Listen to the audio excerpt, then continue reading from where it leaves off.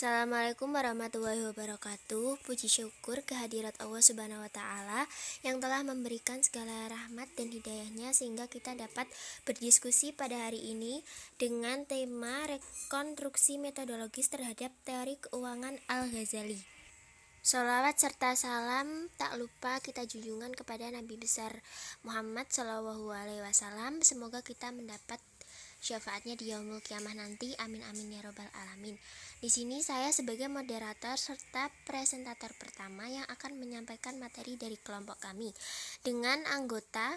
Yang pertama ada Sifaul Rohmah NIM 412022, kemudian Gunawan Ahmad dengan NIM 412013, dan yang terakhir saya sendiri Amira Nur Hasani dengan NIM 41201190. Materi yang pertama yaitu biografi Al-Ghazali. Hujjatul Islam Abu Hamid Muhammad bin Muhammad Al-Tutsi Al-Ghazali lahir di Tuts, sebuah kota kecil di Khorasan, Iran pada tahun 450 Hijriah atau 1058 Masehi. Sejak muda, Al-Ghazali sangat antusias terhadap ilmu pengetahuan. Ia belajar bahasa Arab dan fikih di kota Tuts, kemudian belajar dasar-dasar usul fikih di kota Jurzan. Di kota Naisabur kemudian ia belajar kepada Imam Al-Juwaini atau yang lebih dikenal dengan Imam Haramain, sampai imam ini wafat pada tahun 478 Hijriah atau 1085 Masehi. Al-Ghazali hidup di kota Baghdad semasa pemerintahan Mu'tasim, yaitu Khalifah Abbasiyah ke-8. Terdapat fase yang paling menarik dari perjalanan Imam Ghazali ialah ketika ia berada di kota Baghdad, ia bertemu Wazir Nizam al-Mulk atas saran gurunya. Darinya, Al-Ghazali mendapat penghormatan yang luar biasa sehingga pada tahun 483 Hijriah atau 1090 Masehi, bertepatan dengan usianya yang ke-35, ia diangkat menjadi guru besar dan rektor di Madrasah Nizamiyah. Perjalanan hidupnya kembali tercurahkan untuk mencari ilmu tentang kenyataan yang sesungguhnya. Kekecewaan terhadap kenyataan tidak ia temukan pada ilmu yakini, yang kemudian diiringi dengan kondisi politik yang tidak kondusif. Ini menyebabkan beliau melakukan uzlah menuju Syria pada tahun 488 Hijriah. Ia menetap selama 2 tahun dan melakukan perenungan, membaca, dan menulis. Setelah itu, Al-Ghazali kembali mengajar selama 2 tahun dan kembali lagi ke Tuts. Di sini ia menjalani hidup sebagai sufi bersama kawan-kawannya. Ia pun terus mendalami Al-Quran dan hadis, termasuk menekuni kembali Sahih Bukhari, Sahih Muslim, dan Sunan Abu Dawud. Beliau wafat pada hari Senin 14 Jumadil Akhir 505 Hijriah atau 18 Desember 1111 Masehi. Ia dimakamkan di Tabaron, Tuts. Kemudian materi selanjutnya akan dibacakan oleh teman saya. Assalamualaikum warahmatullahi wabarakatuh. Perkenalkan, nama saya Gunawan Ahmad, NIM 41201131. Saya akan membacakan tentang teori keuangan Al-Ghazali. Yang pertama, definisi uang menurut Al-Ghazali. Dalam hal ini, Al-Ghazali pada dasarnya tidak menjelaskan tentang pengertian uang secara utuh, tetapi kita dapat mengutip pernyataannya yang menyatakan bahwa uang adalah nikmat Allah yang digunakan masyarakat sebagai mediasi atau alat untuk mendapatkan bermacam-macam kebutuhan hidupnya, yang secara substansial tidak memiliki nilai apa-apa, tetapi sangat dibutuhkan manusia dalam upaya memenuhi berbagai macam kebutuhan hidupnya. Menurut beliau pula, uang juga berfungsi sebagai sarana untuk mendapatkan barang-barang lain dan tujuan-tujuan tertentu. Sebenarnya, fungsi uang ini adalah penjabaran dari fungsi uang sebagai sarana tukar-menukar. Oleh karena itu, beliau mengibaratkan uang sebagai sebuah cermin. Ia tidak mempunyai warna sendiri, tetapi mampu merefleksikan semua jenis warna. Selanjutnya, dari pernyataan di atas dapat diambil suatu definisi uang menurut Al-Ghazali, yaitu yang pertama, barang atau benda yang berfungsi sebagai sarana mendapatkan barang lain. Dengan kata lain, uang adalah barang yang disepakati fungsinya sebagai media pertukaran atau medium of exchange. Yang kedua, benda tersebut tidak memiliki nilai sebagai barang atau nilai intrinsik. Dan yang ketiga, nilai benda yang berfungsi sebagai uang ditentukan terkait dengan fungsinya sebagai alat tukar. Dengan kata lain, yang lebih berperan dalam benda yang berfungsi sebagai uang adalah nilai tukar dan nilai nominalnya. Selanjutnya, teori evolusi uang dalam pandangan Al-Ghazali. Menurut Abu Hamid Muhammad bin Muhammad Al-Tutsi Al-Ghazali, kebutuhan yang paling penting adalah makanan, tempat tinggal, dan tempat vital lainnya seperti pasar dan lahan pertanian sebagai sumber penghidupan, serta materi lain diantaranya ialah pakaian, alat rumah tangga, transportasi, peralatan berburu, pertanian, dan perang.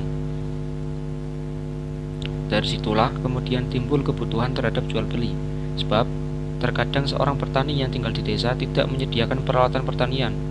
Di sisi lain, seorang pandai besi dan tukang kayu tidak memungkinkan untuk bercocok tanam, maka mau tidak mau petani membutuhkan tukang pandai besi, dan sebaliknya pun seperti itu, sehingga harus ada hakim yang adil sebagai perantara antara dua orang yang bertransaksi tersebut, yang dapat membandingkan kebutuhan yang satu dengan yang lainnya. Dengan demikian, dibutuhkan suatu benda yang tahan lama karena transaksi akan berlangsung selamanya, dan benda yang tahan lama adalah bahan-bahan logam. Maka dibuatlah uang dari bahan emas, perak, dan tembaga. Selanjutnya, menurut Al-Ghazali, uang hanya dibuat sebagai standar harga dan alat tukar. Maka, uang tidak memiliki nilai intrinsik, atau lebih tepatnya nilai intrinsik suatu mata uang yang ditunjukkan oleh real eksistensinya dianggap tidak pernah ada. Uang yang terbuat dari emas dengan nilai 1 US dollar sama nilainya dengan uang kertas dengan nilai nominal yang sama. Materi selanjutnya yaitu jenis-jenis mata uang. Jenis-jenis uang menurut Ahmad Hasan terdiri dari beberapa jenis, yaitu uang komoditas. Uang komoditas dipandang sebagai bentuk yang paling lama.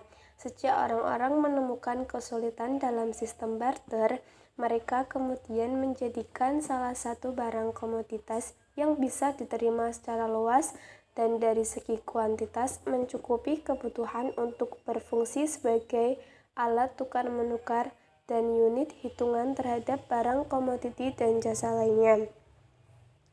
Yang kedua yaitu uang logam. Penggunaan logam merupakan fase kemajuan dalam sejarah uang. Media uang logam digunakan sejak masyarakat merasakan kesulitan ketika menggunakan uang komoditi. Dan yang ketiga yaitu uang kertas. Uang kertas muncul pertama pada tahun 910 Masehi di Cina. Kelebihan tersendiri bagi penduduk Cina sebagai penemu utama. Pada awalnya mereka menggunakan uang kertas atas dasar penopang logam emas dan perak. Meskipun emas dan perak dianggap sebagai bahan terbaik untuk dijadikan uang, tetapi Al-Ghazali menyebutkan bahwa hal tersebut bukanlah suatu keharusan. Menurutnya, boleh saja mata uang terbuat dari benda selain emas dan perak, tetapi pemerintah harus menjaga dan mengendalikan stabilitas nilainya. Landasan pemikiran Al-Ghazali mengenai mata uang. Landasan pemikiran Al-Ghazali mengenai konsep uang berawal dari pemahaman terhadap Al-Quran dan Al-Hadis, seperti halnya pemahaman beliau terhadap surat At-Taubah ayat 34. Jadi, larangan pada ayat tersebut ditunjukkan kepada alat tukar yang berupa uang. Oleh karena itu, menimbun emas dan perak sebagai barang hukumnya adalah haram, baik yang sudah dicetak maupun belum. Dan barang siapa yang menggunakan emas dan perak sebagai barang-barang peralatan rumah tangga, maka sesungguhnya ia telah berbuat sesuatu yang bertentangan dengan penciptaannya tersebut, yaitu emas dan perak, dan itu dilarang oleh Allah Subhanahu wa Ta'ala. Fungsi uang menurut Al-Ghazali. Dalam hal ini, Al-Ghazali menjelaskan beberapa fungsi yang dimiliki uang, di antaranya yaitu sebagai qiwam ad-dunya atau satuan hitung, hakim mutawasit atau pengukur nilai barang, dan al-mu'awiyadhah atau alat tukar. Fungsi uang sebagai qiwam ad-dunya memiliki makna bahwa uang merupakan alat yang dapat digunakan untuk menilai barang sekaligus membandingkannya dengan barang lain. Sebagaimana ilustrasi beliau yang menganalogikan uang dengan cermin.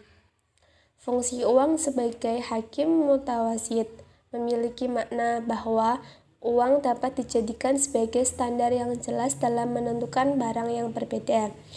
Sedangkan fungsi uang sebagai al-muawwadhah memiliki makna bahwa uang merupakan sarana pertukaran barang dan sebuah transaksi atau sering disebut dengan medium of exchange. Dalam sistem ekonomi konvensional, selain dari fungsi-fungsi yang telah dijelaskan oleh Al-Ghazali, uang juga memiliki fungsi lain, yaitu sebagai fungsi tambahan atau turunan, fungsi sebagai alat penyimpanan kekayaan, dan fungsi sebagai alat pembayaran tangguh atau standard of deferred payment. Demikian presentasi dari kelompok kami. Apabila ada salah kata, kami mohon maaf. Kurang lebihnya, terima kasih. Wassalamualaikum warahmatullahi wabarakatuh.